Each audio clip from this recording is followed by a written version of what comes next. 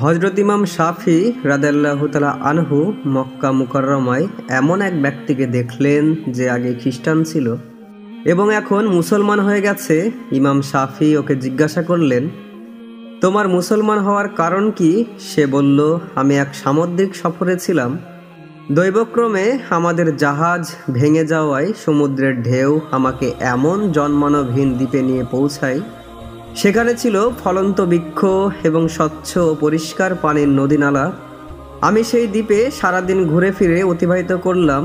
রাত যখন হলো তখন দেখি এক চতুষ্পদ জন্তু, যার মাথা উট পাখির মতো, চেহারা মানুষের মতো, হাত পা উটের মতো এবং লেজ মাছের মতো, আমার সামনে এসে উচ্চস্বরে বলতে লাগলো, আল্লাহ ব্যতীত কেউ উপাস্যের উপযোগী নয়।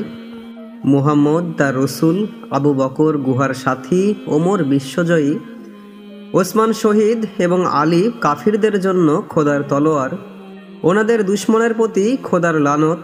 আমি এই দৃশ্য দেখে ভয়ে পালিয়ে যেতে চাইলাম, কিন্তু সে আমাকে বলল, দাঁড়াও, এক কদমও আগে বাড়িও না, অন্যথায় এক্ষুনি ধ্বংস হয়ে যাবে। পুনরায় আমার দিকে তাকিয়ে জিজ্ঞাসা করল, তোমার ধর্ম কি? আমি বললাম, খ্রিস্ট ধর্ম। সে খুবই শান্তভাবে বলল, তুমি মুসলমান হয়ে যাও, সমস্ত বিপদ আপদ থেকে নিরাপদ থাকবে। তখন আমি মুসলমান হয়ে গেলাম।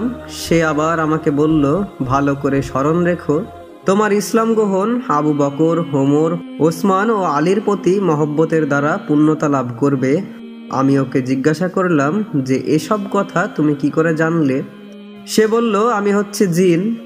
আমাদের জিনেদের একটি জামাত হুজুরে আকরাম সাল্লাল্লাহু আলাইহি ওয়াসাল্লামের সঙ্গে দেখা করে তার উপর ঈমান এনেছে। এসব কথা তারা স্বয়ং হুজুরের মুখে শুনেছে।